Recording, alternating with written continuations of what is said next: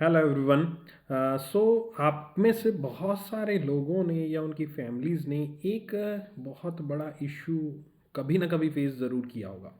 और ये इशू है रिलेटेड टू दी फ्रॉड्स।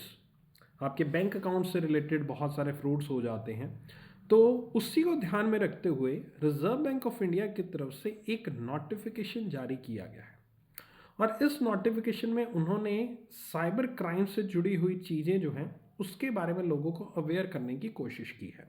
इसका जो टाइटल आया है, जो आरबीआई की प्रेस रिलीज है, उसका टाइटल आया है consumer awareness cyber threats and frauds. ठीक है। अब इस न्यूज़ को मैं एक एग्जाम पॉइंट ऑफ से भी देख रहा हूँ कि आखिरकार ये न्यूज़ अवेयरनेस तो क्रिएट की है। इस न्यूज़ को हम एग्जाम पॉइंट ऑफ से कैसे समझ सकते हैं, कैसे जान सकते हैं और हमारे एग्जाम में क्या क्वेश्चन बन सकता है। इस न्यूज़ में बात की गई है कुछ ऐसे पॉइंट्स की जो कि यहाँ पर यूज़ किए जाते हैं, जिसके थ्रू यहाँ पर आपके साथ किसी भी पर्सन के साथ एक फ्रॉड हो सकता है। आपके बैंक अकाउंट से पैसे जब कभी कभार निकल जाते हैं इस तरह के फ्रॉड से, तो उसके लिए कुछ टर्मिनोलॉजीज हैं जो रिजर्व बैंक ऑफ इंडिया ने इसमें समझाई हैं।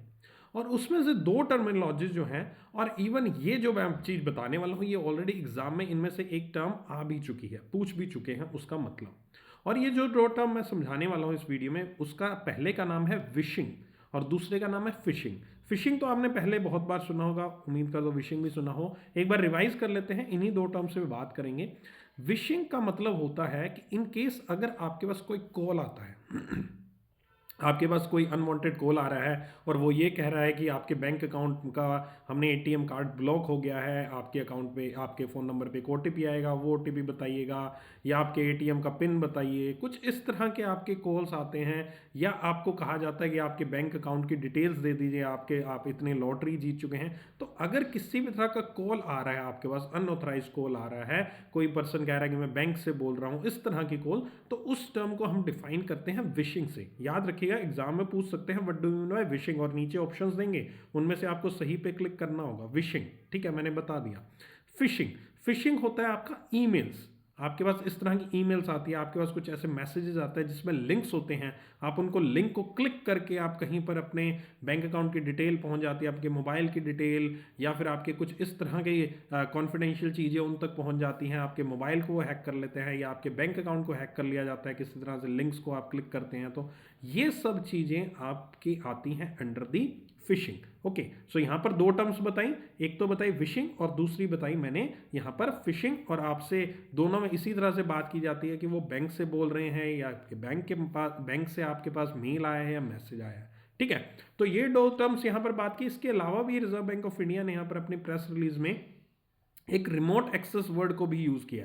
और रिमोट एक्सेस में क्या होगा कि कस्टमर को एक लिंक भेजा जाता है जिसमें वो उनको कहा जाता है कि एप्लीकेशन डाउनलोड कीजिए, आपको इतने की लॉटरी लगी है, या इस तरह की चीज उन्होंने रिमोट एक्सेस दिया। रिमोट एक्सेस मतलब कि अपने मोबाइल का, अपने डेस्कटॉप का, अपने पीसी का किसी और को एक्सेस दे देते हैं, आपको पता भी नहीं चलता, वो आपके मोबाइल और लैपटॉप को यूज कर रहा होता वो पर्सन। ठीक है, और आपके पास वो चीज पता भी नहीं चलेगी किस तरह से हो रहा है। और इन्होंने कुछ एक कलेक्ट रिक्वेस्ट फीचर की बात की है। कई बार ऐसा होता है कि आपके पास फोन आएगा और वो कहेंगे कि अगर आपको इतने पैसे चाहिए तो आप इस लिंक पे क्लिक कीजिए, आप अपने यूपीआई आईडी दीजिए, ये यूपीआई के थ्रू आप इस तरह के पेमेंट कीजिए। तो ये चीज़ भी आपकी मेन फ्रॉड्स में आती है, साइबर फ्रॉड का एक पार्ट है। ठीक है, और फेक नंबर्स, बैंक्स के ई वॉलेट्स वगैरह, ये बहुत सारे फ्रॉड्स आपके और भी हैं। तो ये वीडियो बनाने का बेसिक उद्देश्य मेरा यही था कि आपको कुछ ऐसी टर्म्स जो रिजर्व बैंक ऑफ इंडिया की साइट पर, वेबसाइट पर अपडेट हुई हैं अभी हाल ही में, तो आई थिंक काफ़ी कुछ आपको ऑलरेडी मालूम होगा, लेकिन एक अपडेशन करना, एक रिवीजन के पॉइंट ऑफ से इस वीडियो को मैंने बनाया।